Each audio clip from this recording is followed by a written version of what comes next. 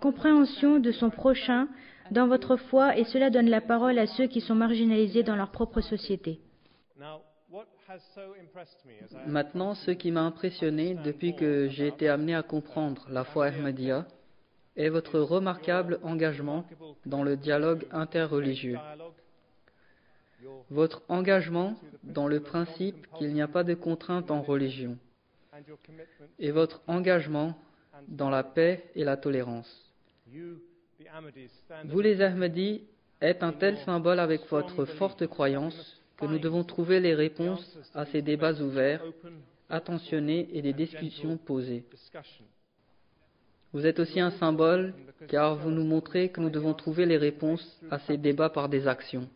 La communauté Ahmadiyya est une organisation religieuse au Ghana qui a démontré une grande tolérance en termes d'empressement à collaborer avec les autres corps religieux,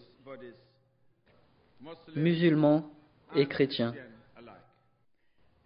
Vous avez été si bon envers notre communauté que votre communauté, vous l'avez trouvée ici. Aujourd'hui, vous reflétez tant de professions, tant de différents horizons sociaux. Vous soutenez toutes les vertus et les vigoureuses éthiques que votre foi vous a dotées depuis votre naissance. En l'état actuel des relations internationales, beaucoup de questions et d'inquiétudes sont soulevées concernant les doctrines de l'islam. La plupart associent faussement à l'islam violence et terrorisme. La communauté Ahmadiyya a toujours fait preuve d'un esprit de tolérance, de bonne volonté et de sincère fraternité. Elle prône la paix, l'amour et l'entente parmi les adeptes des différentes religions. Elle croit fermement en et agit selon les enseignements coraniques. Elle rejette fermement la violence et le terrorisme sous toutes ses formes. Le mouvement offre une présentation claire de la sagesse de l'islam, sa philosophie, sa moralité et sa spiritualité, tirées du Saint-Coran et de la pratique du saint prophète de l'islam, Mohammed. Pour moi qui étudie l'islam depuis plus de 30 ans, je suis constamment étonné par le profond service qui est certainement représenté par cette communauté et ses traditions, par la profonde tolérance et la constante recherche de ce qui signifie être un homme. Être un homme signifie être au service et je pense que cela est magnifiquement représenté par le message de cette communauté. Il y a quelque chose dans la foi de la communauté Ahmadiyya qui est fascinant et impressionnant. Vous enseignez à vos suivants que la loyauté envers votre patrie est une partie de votre foi.